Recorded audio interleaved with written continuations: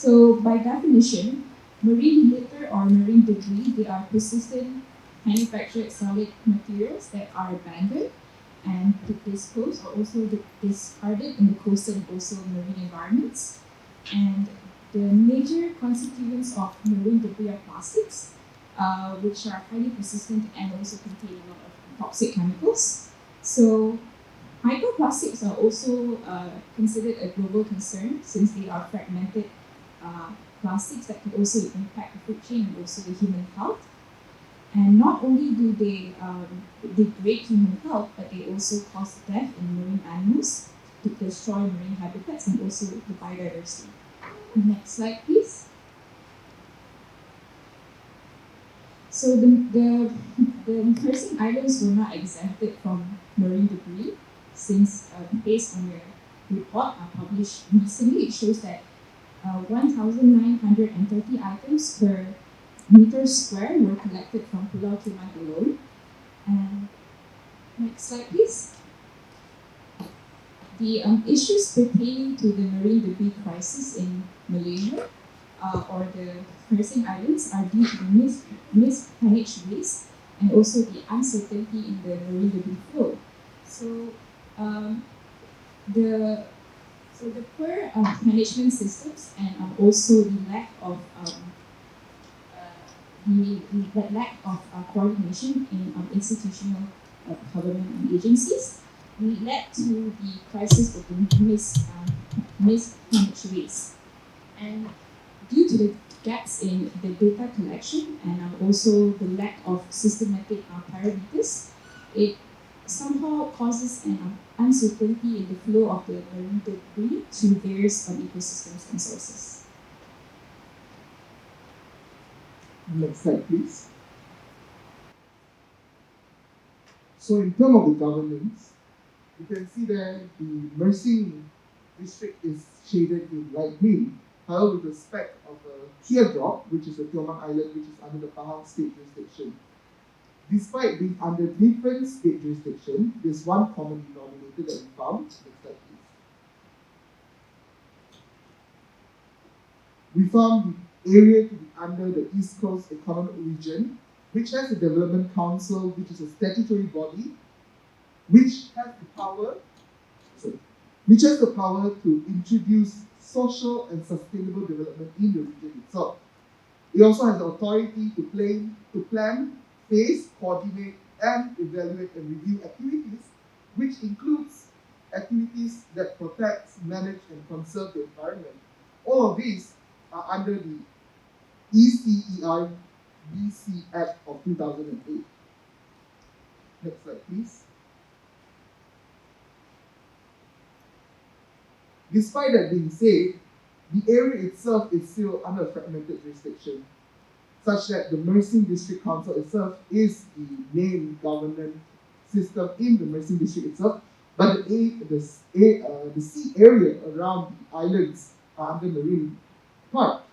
And we found a gap, which is that we identified that the local government planned the area, but the waste management, which we are talking about in this current situation, is not just by the local government itself, but also other agencies. So our recommendation to the issue is, next slide please. We want to know what various stakeholders and authorities could be accounted for. Next slide please. So one of these things is to be planning for the long term. One of the key findings we found from other study areas in regards to marine debris, in this study is from the Kinmen Islands and the Xiamen town in China and Taiwan, is that marine debris found on neighboring islands of an urban population is almost certain that it flows from domestic industrial waste of the mainland. And hence, the study itself proposed to have an open and collaborative effort, which is due to the four reasons. First of all, due to the publicity of the issue, which involved a lot of public interest. Second of all, the policy formula cannot be just formulated in one of the areas, cannot be formulated just in the mainland itself, nor in the islands itself. As one, if it is formulated, the policies are formulated in isolation of the other, it will affect the other parties of the areas. And third of all, due to the many jurisdictions, there bound to be elements of politics, and fourth of all, there need to be comprehensive measure that goes beyond just ecological sense, but technological and also social. Next slide, please. Hence the proposed marine spatial planning. In very short and simple terms, I'm not trying to bore you guys with what marine spatial planning is. Marine spatial planning is a public process to allocate spatial distribution on specific objectives. And this is done through a political participation, or in other words, democratic process. So how does the marine spatial planning fit into the picture today?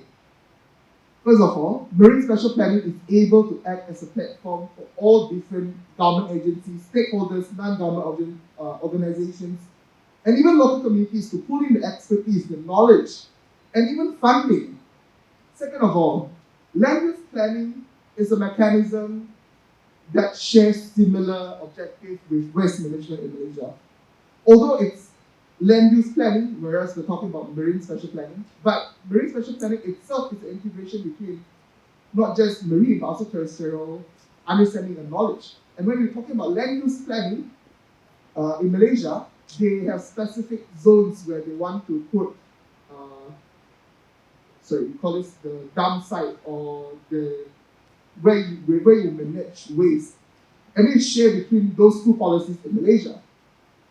And third of all, marine spatial planning is not that new in Malaysia. Although it's not implemented, there is already a pilot study in my home state, Sabah, under the Sempurna Marine Spatial Planning, which is a collaboration between the state town and country planning department and the WWF. And even in Terengganu, there's a proposal in Central Terengganu to have a marine spatial planning, which is to protect the sensitive areas from the uncontrolled development in Central Terengganu itself. And one of the most important things is we want to break the chain once and for all, where we are able to manage the waste in the land itself, so it doesn't be mismanaged and end up in other places, which could lead to the sea and to the islands. I shall pass now to my little friend.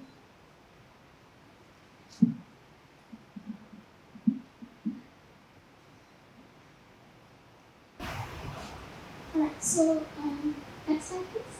Okay. Alright, so before Geoffrey has essentially talked about the long-term plans, what we can do. But with regards to the short term, what we want to focus on is essentially clearing the waters. And how are we going to do that? Apologies, I think you guys can hear me better this way. Alright, so I think in regards to clearing the waters, the main thing that we need to understand before we actually go into what we can do is understand what we are working with. And when we look at the waste in the marine environment, we're looking at land-related waste, which accounts for 80% of the waste, and sea-related waste, which accounts for roughly 20%. Now, as mentioned earlier, a lot of this waste, both land and sea-related, is plastic waste. The other materials are also materials that are generally widely used, flexible in nature, and materials that are basically the cheapest. So we can't actually remove these materials from production lines. So what we need to do is we need to capitalize and optimize waste management systems in the now, so that the current waste is dealt with, the problems are mitigated, and the future flow of litter into the sea is prevented. So we can do this by implementing actions both at local council level, but also at federal level. Next slide, please. So at federal level, to tackle the issue of land-related waste, what we propose to implement is a mandatory waste sorting policy.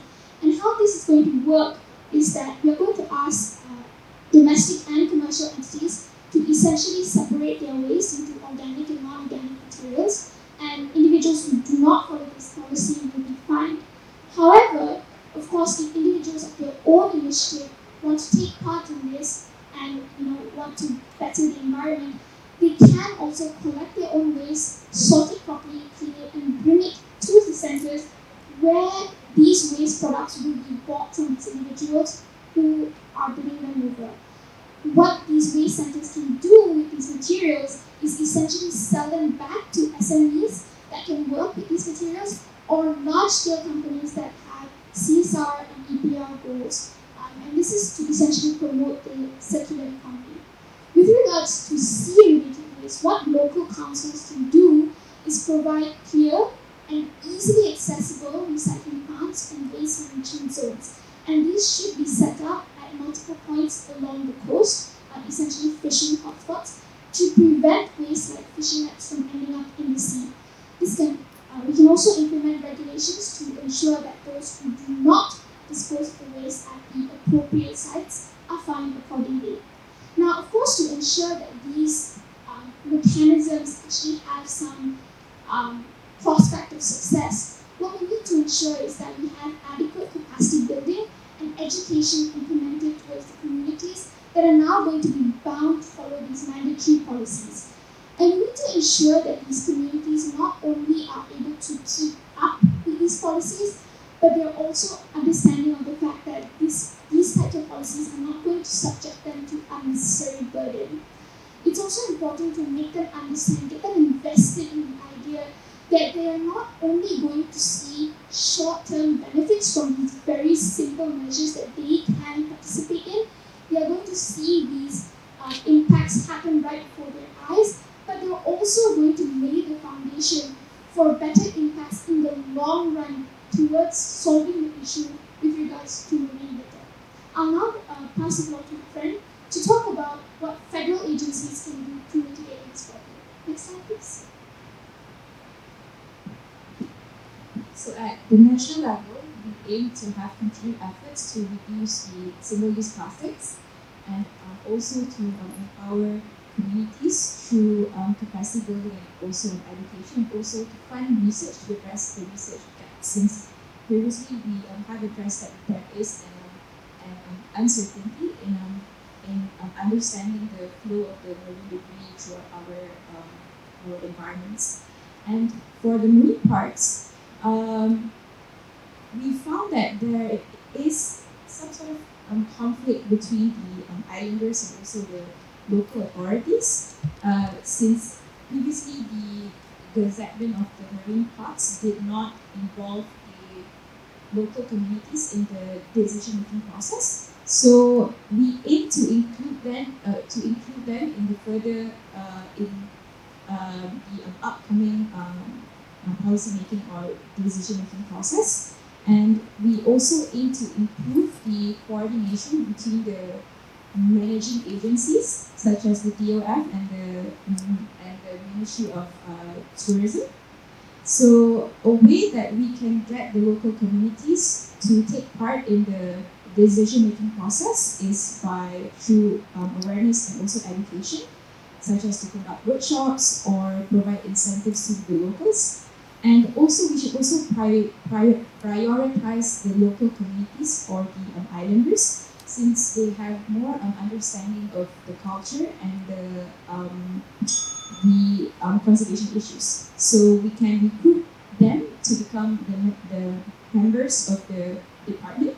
Hence, their responsibilities can be integrated into decision making. And next, we believe that the changes can be made to ensure a more effective governance framework for the longer run. So next slide, please.